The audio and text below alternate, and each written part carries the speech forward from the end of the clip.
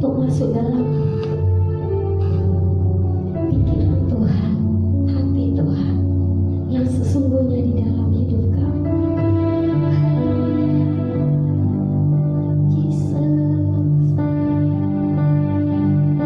Engkau ada bersamaku di setiap musik hidupku.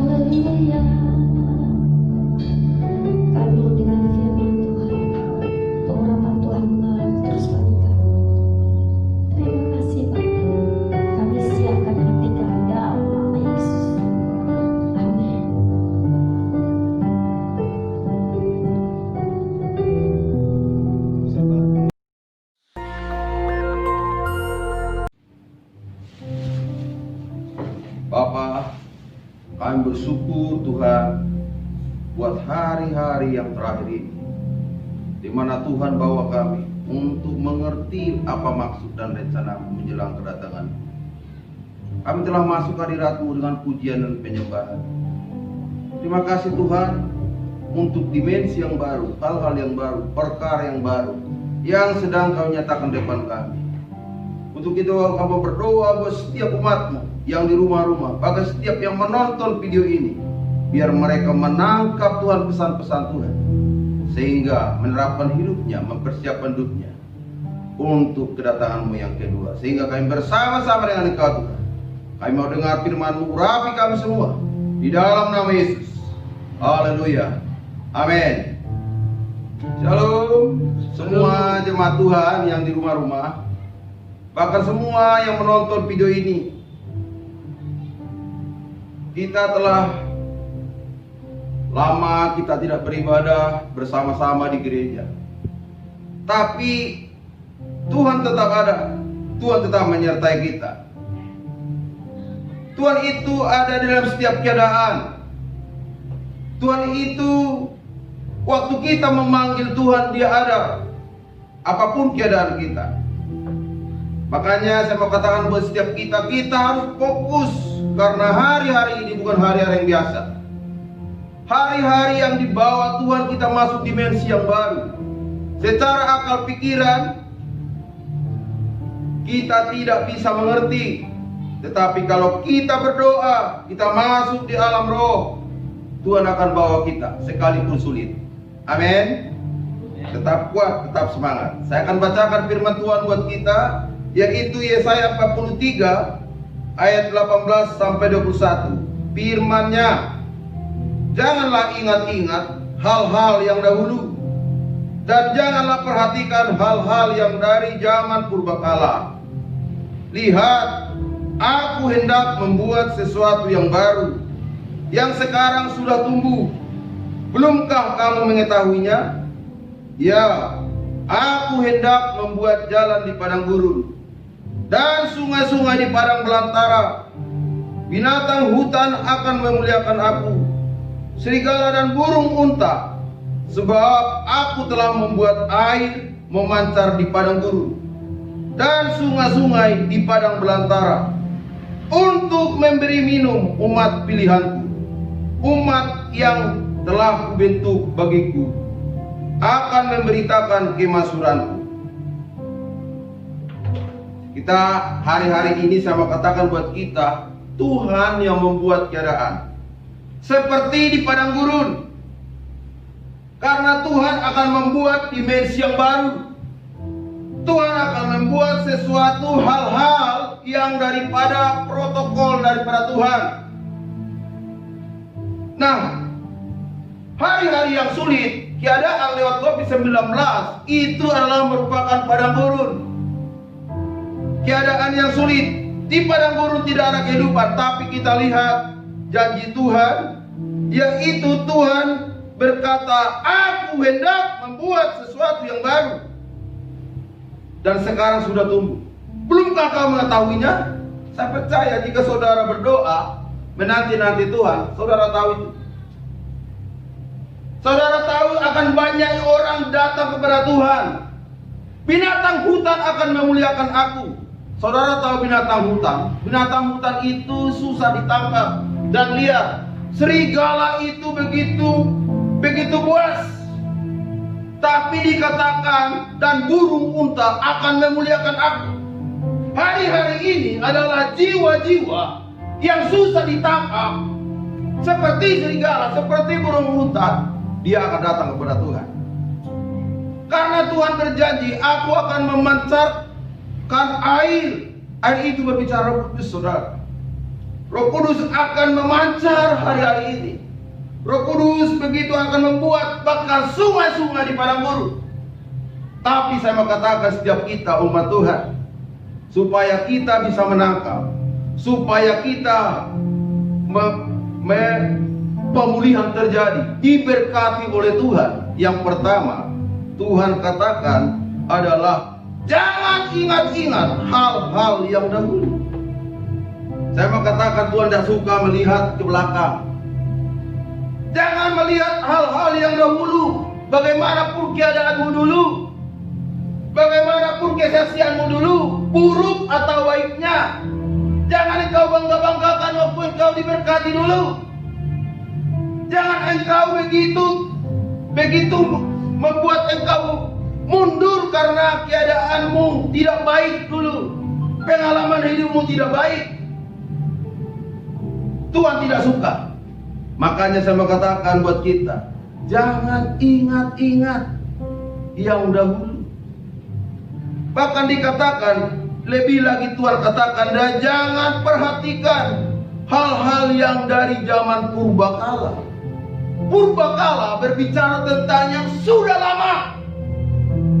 Nah, lebih jauh daripada yang dahulu. Purbakala berbicara, kadang kita nggak ingat lagi. Tapi jangan coba-coba diingat itu. Saudara lihat istri Lot, saudara. Dia melihat ke belakang.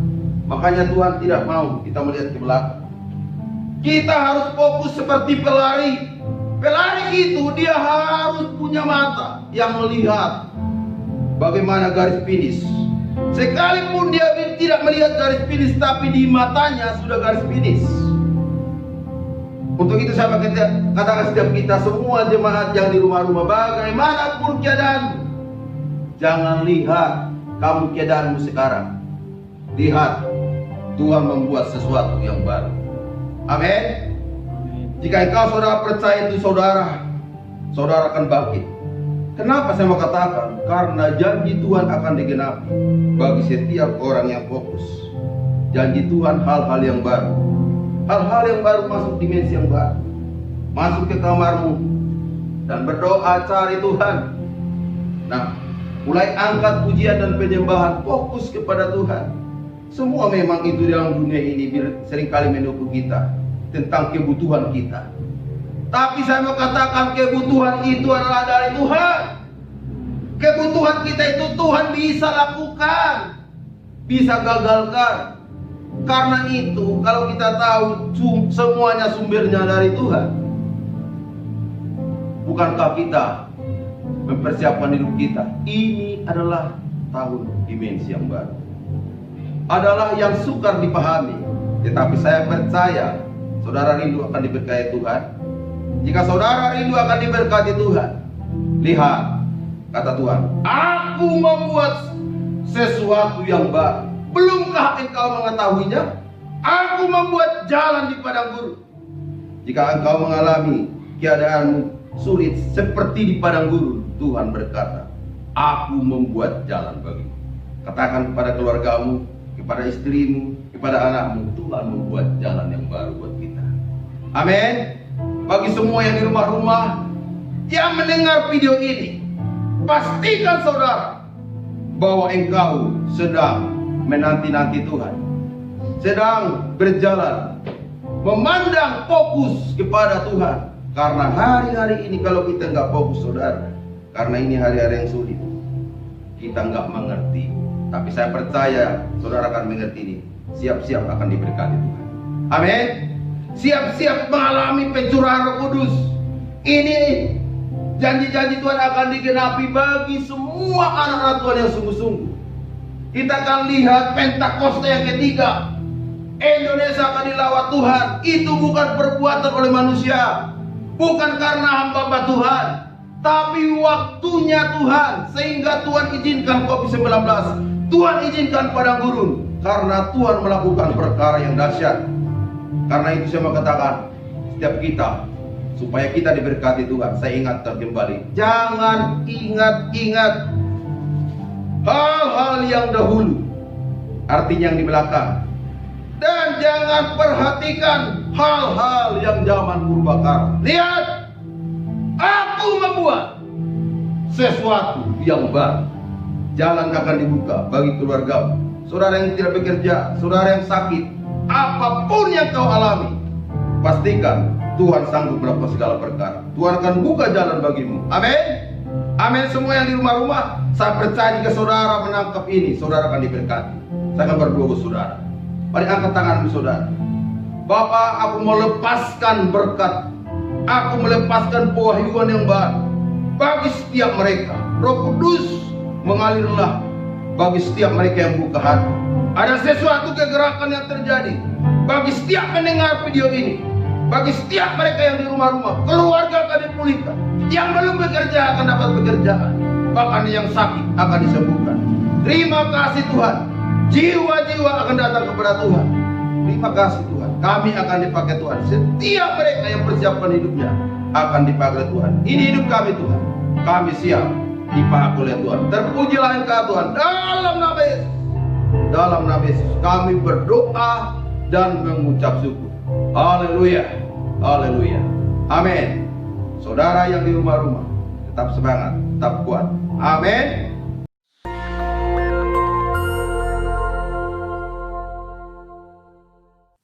Shalom saudara, tema kali ini kita akan membahas tentang hidup dan cara kematian orang Kristen. Tidak sedikit orang percaya, khususnya para pelayan Tuhan yang setia, berpulang karena serangan wabah COVID-19. Kemudian banyak orang bertanya, apa yang salah? Kenapa? Kok bisa? Orang seringkali mengaitkan cara kematian seseorang dengan kehidupannya. Kematian adalah hal yang tidak terhindarkan dari kehidupan semua makhluk hidup di dunia termasuk manusia. Ada dua pandangan, yaitu yang pertama pandangan orang yang saleh pasti meninggal dengan cara terhormat, seperti mati dengan tenang, tidak menderita kesakitan, saat-saat terakhir dengan kondisi baik. Pandangan yang sebaliknya yaitu orang yang berdosa besar. Mereka meninggal dengan cara yang hina. Maksudnya matinya menderita sendirian di saat-saat terakhir dan mengenaskan meninggal karena kecelakaan atau korban kriminal. Benarkah kedua pandangan tersebut? Tentu saja pandangan tersebut salah.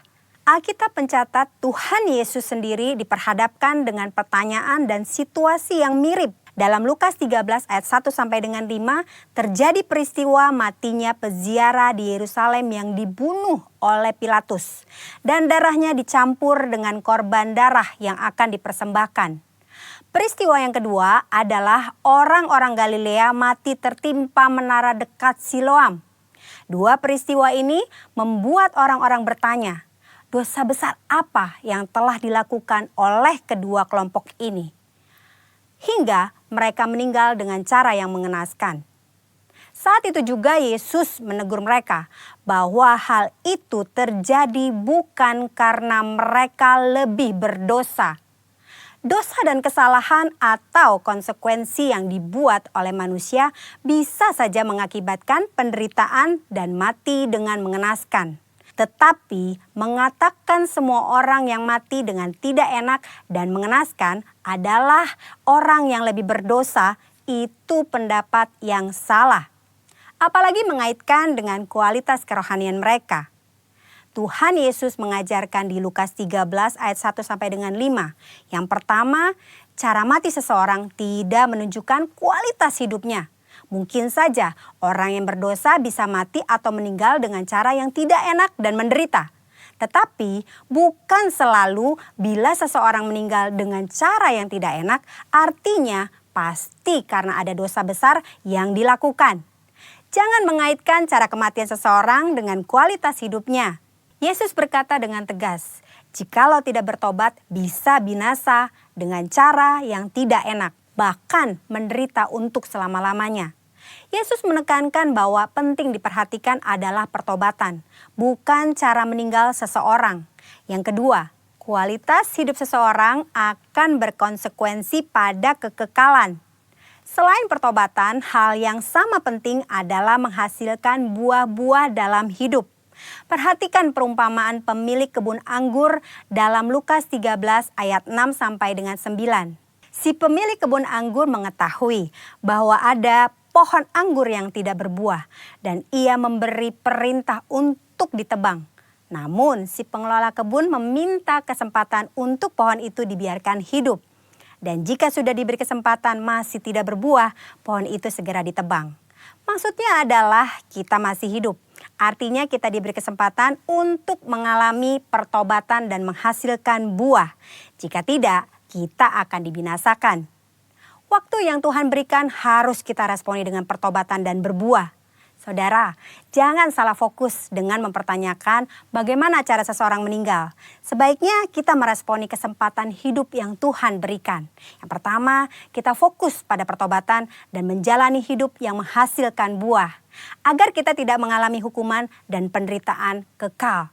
Yang kedua, tidak ada hubungan langsung antara cara seseorang mati dengan kerohanian yang dijalani selama hidupnya. Yang ketiga, cara orang percaya mati adalah kedaulatan Tuhan yang tidak dapat diselami oleh manusia. Tetaplah percaya dan serahkan diri kepada Tuhan. Percayalah, tidak ada keputusan Tuhan yang salah. Saudara, kita tidak boleh menilai bahkan menghakimi seseorang melalui cara kematiannya. Sebagai contoh, memperkatakan sudah rajin beribadah, berpuasa, berbahasa roh, kok bisa mati karena COVID-19? Hal itu tidak ada hubungannya, lagi sangat tidak pantas untuk diucapkan karena tidak menghormati dan tidak sensitif terhadap perasaan keluarga yang ditinggalkan. Mari saudara, kita fokus kepada pertobatan dan menghasilkan buah-buah yang baik selama kita masih punya kesempatan. Tuhan Yesus memberkati.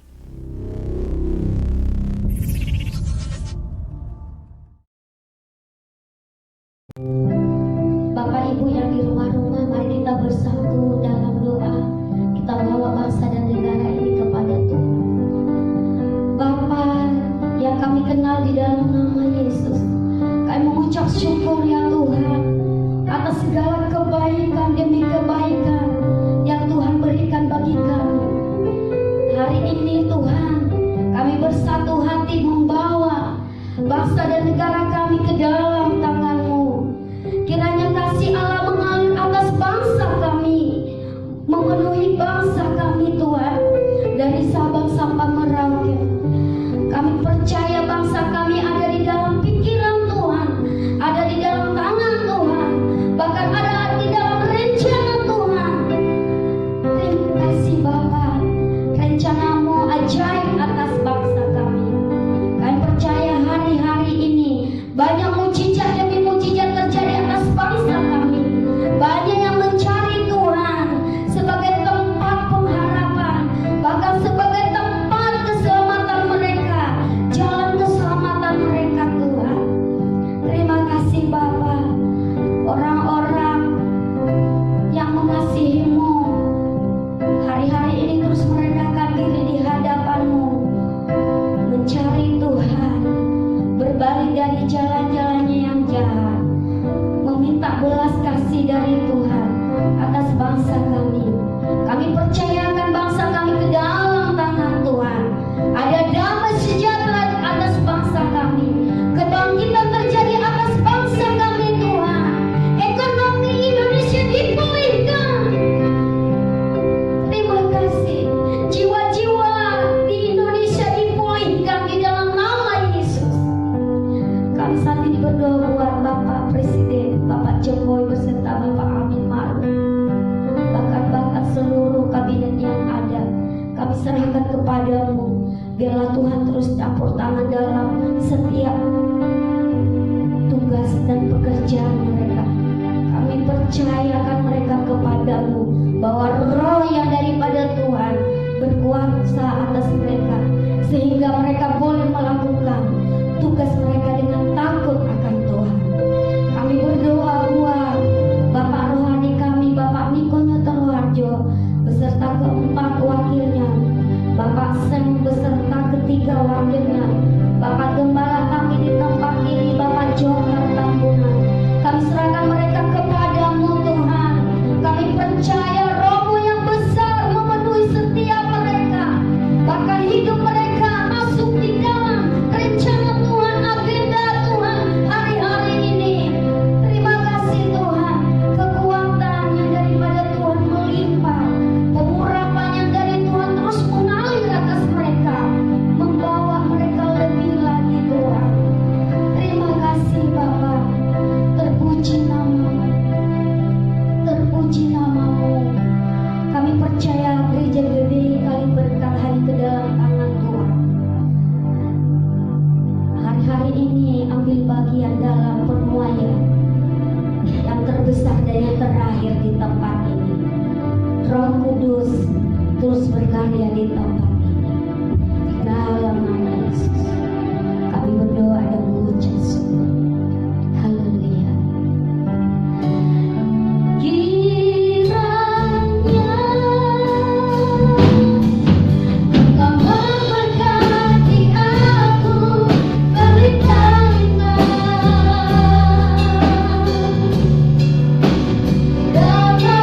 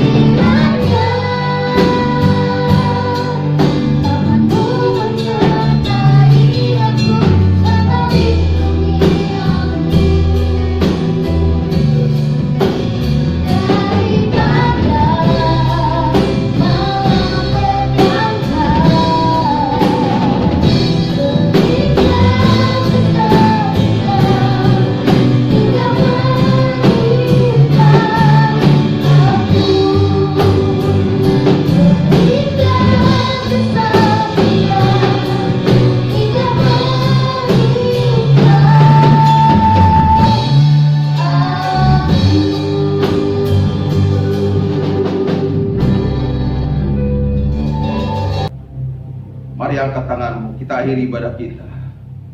Kekasih-kasih Tuhan, para mempelai Tuhan yang dipersiapkan Tuhan untuk bersama-sama Dia. Tuhan Yesus akan menyertai kita mulai sekarang. Dan Roh Kudus akan membawa kita mengalir kepada tuntunan Tuhan dan mempersiapkan kita menjelang kedatangan Tuhan. Dan kita akan bersama-sama Dia sampai selama-lamanya. Yang percaya sama-sama katakan, amin.